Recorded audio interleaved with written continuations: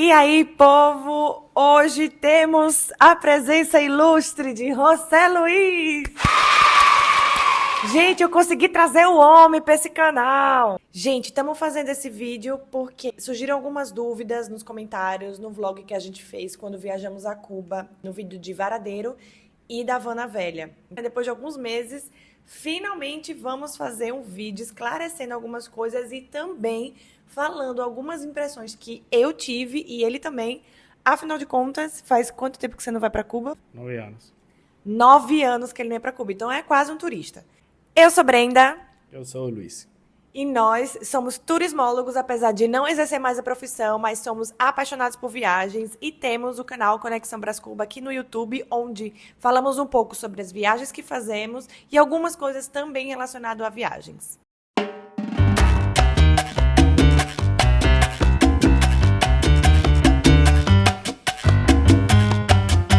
Já adianto que muita coisa que a gente vai falar aqui são algumas sugestões que a gente buscou e perguntou a algumas pessoas lá, mas que não necessariamente usamos ou fizemos. Por quê? Como vocês sabem, José é cubano e por isso tem família lá. Então, por exemplo, hospedagem na Havana a gente não precisou pagar. Hospedagem em Varadeiro foi um pouco mais fácil por conhecimento. Transporte, enfim, algumas coisas a gente não foi como turista 100% porque tinha esse apoio da família dele lá. Chega de conversa mole agora e vamos responder as perguntas e falar quais foram as nossas impressões. E o primeiro tópico é sobre o transporte. Acho que foi o recorde de perguntas que fizeram aqui, né? Como se locomover em Cuba? Então, muitas dúvidas surgiram. Transporte público funciona? Alugar carro é tranquilo? Como que eu faço para ir para as outras cidades? Nós recomendamos alugar carro. Isso porque te dá uma liberdade maior de você conseguir visitar tudo o que você quer. E é super tranquilo também usar aplicativo de GPS, como o Waze, por exemplo. As sinalizações é super tranquila, não é um lugar perigoso para você dirigir para as outras cidades. Então, a gente recomenda que você alugue carro. É um pouquinho caro? É um pouquinho caro, mas vale muito mais a pena, porque transporte público não funciona direito em Cuba. Eu posso pegar o ônibus e ir? Pode, mas para evitar uma experiência ruim na viagem, alugar carro com certeza é uma melhor opção. Talvez o único problema que vai encontrar é relacionado ao combustível. Depois da pandemia, piorou bastante a situação. Antigamente, Cuba comprava o petróleo da Venezuela e a Venezuela, como agora está vendendo para os Estados Unidos, então diminuiu a quota que vendia para Cuba e isso piorou bastante a situação. Porém, assim, você, quando aluga um carro, você vai ter um carro que tem uma placa, né, de turismo, e você vai conseguir abastecer em alguns postos indicados por todo o país, que esses postos não têm problema de desabastecimento de combustível. Então, sempre que andar com carro alugado em placa de turismo, pode ficar tranquilo que vai conseguir abastecer em todos esses postos que estão por todo o país. A moeda em Cuba é o peso cubano. Para você viajar, você pode levar dólar ou pode levar euros e fazer a troca lá. Porém, a gente recomenda sim trocar em casas de câmbio do governo, que o câmbio não vai ser tão bom quanto você acharia na rua, porém a segurança de não receber notas falsas você vai ter. Então, a não ser que você conheça alguém em Cuba, uma amizade ou algo assim, então essa pessoa tem algum contato e alguém que pode fazer o câmbio fora dessas casas do governo. Atualmente, a taxa do câmbio paralelo, digamos assim, está em torno de 280 pesos por $1. Quanto às pessoas, muita gente me perguntou e me falou que o melhor de Cuba são as pessoas e eu pude ter a prova lá. Tinha também a questão familiar. Eu conheci boa parte da família de José que ainda mora lá. Até nas ruas, assim, são muito solícitas, gostam de ajudar. Se vê que você é turista, gosta de dar informação, de te indicar algum lugar legal para ir. A gente teve uma ótima experiência com as pessoas em Cuba. Uma coisa que é interessante falar, assim que a gente fala o nome Cuba, vem toda a questão política. E isso, infelizmente, acaba camuflando toda a parte do turismo de um lugar. Eu tentei desligar, eu acho que todo mundo deveria fazer isso, desligar um pouco de toda a informação, talvez que você tenha política do lugar, para você admirar realmente a beleza. Pelo menos todos os lugares que eu passei, você sente algo cultural muito forte. Então, a cultura é muito bonita, é muito rica, a comida é muito rica, as músicas, as pessoas são super acolhedoras, O lugar é muito bonito, tem uma importância histórica para o mundo. Então, desligando toda essa parte política, o país, a gente super recomenda para todo mundo ir. Outra coisa muito interessante sobre as pessoas é que, ao contrário do que todo mundo pensa, as pessoas são muito inteligentes. Você pode estar falando com qualquer pessoa que ocupe qualquer cargo de qualquer nicho que exista no mercado, seja um gari que limpa a rua, seja um professor, alguém muito graduado. Todas as pessoas têm um nível de conhecimento mesmo de mundo bem avançado, eu diria. Eles têm um conhecimento também de outras línguas, então é muito comum você encontrar pessoas falando inglês, entender super bem inglês. Cuba é mundialmente conhecida pelas praias, porém, assim, uma vantagem que tem Cuba na região do Caribe, que só ela tem, é a diversidade de paisagem que você consegue achar numa ilha só. Então, Cuba ela tem 1.200 quilômetros de uma ponta a outra, mas é estreita. Então, você consegue, talvez em um mês ou mais, conhecer todos os estados do país. E você vai ver paisagem de montanhas, cachoeiras, lagoas, praias, vai ter as cidades, arquitetura. Então, você tem a liberdade de poder andar por todo o país por conta da segurança, que em outras regiões, como talvez, por exemplo, Punta Cana, você não consegue fazer, por conta de que é perigoso, você não pode sair da região turística, e isso em Cuba não acontece. Então, é uma grande vantagem que você, numa viagem só, vai conhecer mais do que as praias. Falando um pouco de hospedagem, você vai ter várias opções em Cuba. Obviamente, tem os hotéis. Na Havana, os hotéis não são tudo incluso, porém, nas regiões de praia, sim, você vai achar bastante resorts, tudo incluso. E, além disso, você acha o que são conhecidas por casas particulares, que não são mais do que casas de pessoas que se dedicam, né? Tem um negócio de aluguel por temporadas ou por diárias. E você consegue acessar, né, a essas casas através das plataformas da Booking, do Airbnb. Funciona perfeitamente, são seguras, então você pode sim fazer a sua reserva sem problema. Por exemplo, a gente em Varadeiro, a gente usou o Airbnb, a gente alugou uma casa de 2 quartos, o preço foi $30 a diária, já os 2 quartos, a casa completa. E a gente ficou numa região chamada Santa Marta, que ela fica a 5 minutos de Varadeiro. Então, para quem anda de carro, é uma ótima dica porque você economiza bastante na hospedagem, eu diria que quase 50% do valor normal que você pagaria em Varadeiro. Porém, se você não tem carro e você prefere ficar mais perto da praia ou na vila de Varadeiro, você vai achar a hospedagem por volta de $25-30 a diária por quarto. Caso você queira saber mais, né, sobre esse Airbnb que a gente ficou, a gente está deixando o link aqui nos comentários. Você pode passar por algumas situações que talvez você não esteja acostumado. Por exemplo, a gente presenciou quedas de energia. Ficamos hospedados em Santa Marta, que é, como o José disse, fica a 5 minutinhos de Varadeiro. E teve queda de energia em 2 dias, né? Acho que foi em 2 dias, no mesmo horário. Eles avisam normalmente quando tem queda. Pode acontecer de não avisarem. Pode demorar algumas horas. Pode demorar várias horas. Então, é algo assim que pode acontecer durante a sua viagem. Outra pergunta bastante comum foi como chegar em Cuba, né? Atualmente, do Brasil, você tem várias opções, porém, a única que você consegue comprar um único voo é através de Copa Airlines. Você tem voos saindo de várias regiões do Brasil. Por exemplo, você tem voos saindo de São Paulo, do Rio, de Porto Alegre, de Manaus. E esses voos eles fazem uma escala em Cidade do Panamá. Todo voo de Copa Airlines ele para em Cidade do Panamá, porque é uma companhia Ruby. Então, daí você toma outro voo para Havana. A duração do voo até Panamá é de 6 horas e pouco.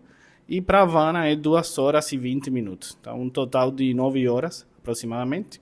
Mas tem outras opções também. Você pode viajar para a Colômbia, da Colômbia por outra companhia aérea viajar para Cuba, que também é super barato, ou pelo México também é uma opção viável, você vai até o México, do México tem um voo para Cuba, e também até viajando para os Estados Unidos, tem muito voo de Miami para Havana, então é outra opção também que você pode ter.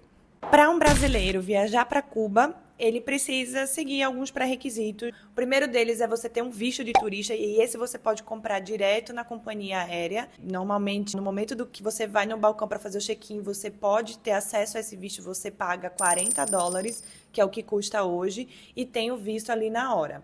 Você precisa preencher um formulário de Viajeros, que é um site que você acessa, a gente vai deixar o link aqui na descrição também, que você acessa, preenche algumas informações e vai direto para o governo de Cuba, para assim que você chegar lá, já ter os seus dados lá. Você precisa também ter a vacina da febre amarela, vacina de Covid, seguro saúde e passaporte em dia, claro. Caso você não queira alugar um carro por conta do valor ou porque simplesmente você não é desse tipo de turista, tem opções para você se mover na cidade ou até viajar para outros estados que não são tão fáceis, mas que funcionam. Como a Brenda falou no início, você tem transporte público, mas a opção, digamos, com menos perrengue, que funciona e que é super usada pelos mesmos cubanos, é o táxi compartilhado. Lá você não vai ter Uber, não existem aplicativos como Uber, 99, InDrive, essas coisas. Porém, tem essa opção de táxis compartilhados que eles seguem uma rota, dividem o táxi com outras pessoas. Tem uma rota fixa, você não simplesmente vai falar para ele, eu quero ir para tal lugar, não, ele já tem uma rota definida. Então você pode usar esses táxis compartilhados, né, como a gente chama. E tem também ônibus de turismo, que eles viajam para outras cidades. Então, por exemplo, se você chegou na Havana, mas quer ir para Varadero, existem, né, companhias de ônibus que você consegue comprar uma passagem e em 2 horas e meia você chega em Varadero. Os preços eles variam muito, mas você consegue talvez uma viagem tranquila, assim, de ônibus até para Varadero por volta de 20, 30 dólares, mais ou menos. O preço desses táxis compartilhados, que normalmente você consegue tomar eles na Havana, ele gira em torno de menos de $1. Então, dependendo do caminho que você faz, né, se é um caminho mais longo ou não, ele pode custar $1, 50 centavos de dólar, mas nunca mais do que $1. É o máximo assim que você vai pagar por uma viagem de aproximadamente 10, 12 quilômetros.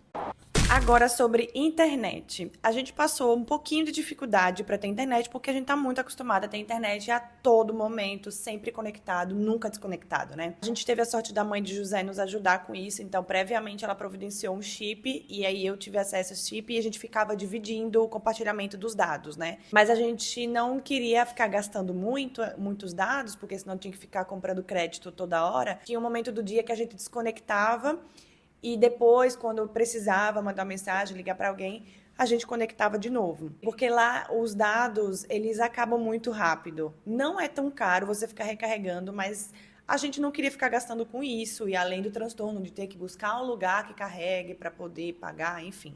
Então, para evitar tudo isso, a gente preferiu não ficar gastando 100% lá os dados da internet.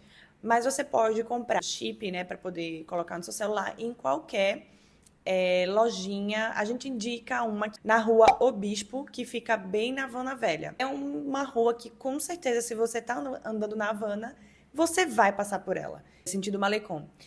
Além disso, você pode comprar uns cartões que dão acesso ao Wi-Fi público que existe em algumas praças na Havana. Sobre o clima, gente, Cuba é uma ilha. Eu acho que isso já responde qualquer dúvida que você tenha sobre o clima. É sol o ano inteiro. Óbvio que há períodos da estação que são melhores. Nós fomos em junho, é uma época perfeita para viagem. No sentido clima. Óbvio que é um período que está começando a alta estação. A alta estação em Cuba é entre julho e agosto, porque lá o verão é o nosso inverno, é o contrário. Falando um pouco do clima, Cuba ela fica no hemisfério norte, mas não fica tão próximo ao Equador. Então, rara vez, mas acontece. Quando uma frente fria ela entra, a temperatura pode cair até 12 graus, 10 graus, às vezes até 8 graus. Não é tão comum, mas pode acontecer.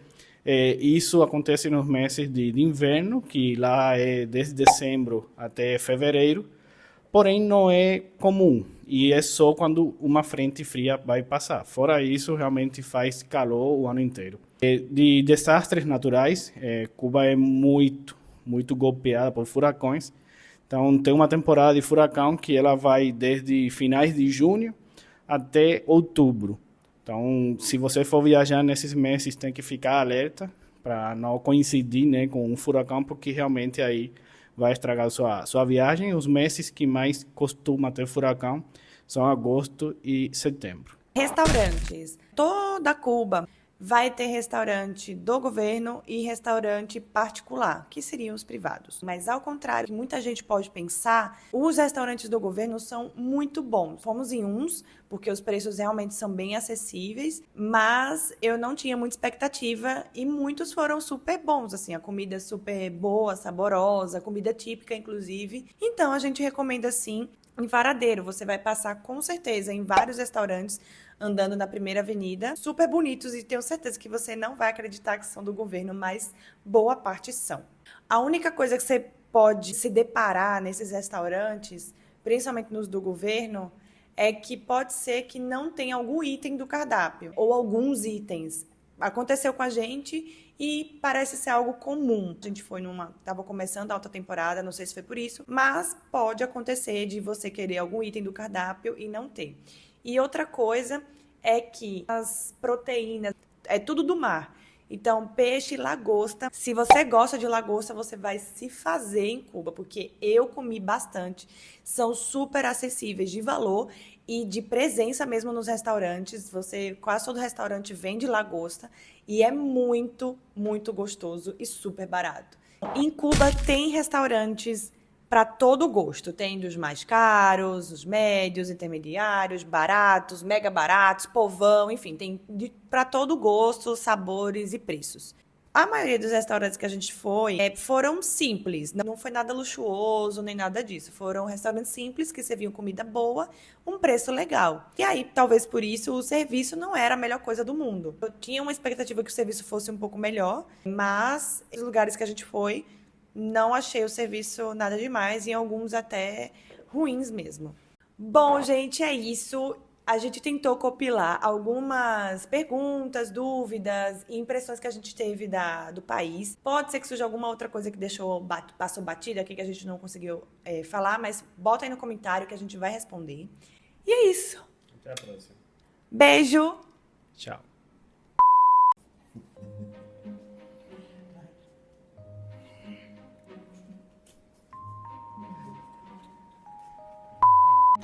E aí, povo? Tamo aqui de volta. Por que tá rindo? Gente, eu consegui trazer o homem pra esse canal.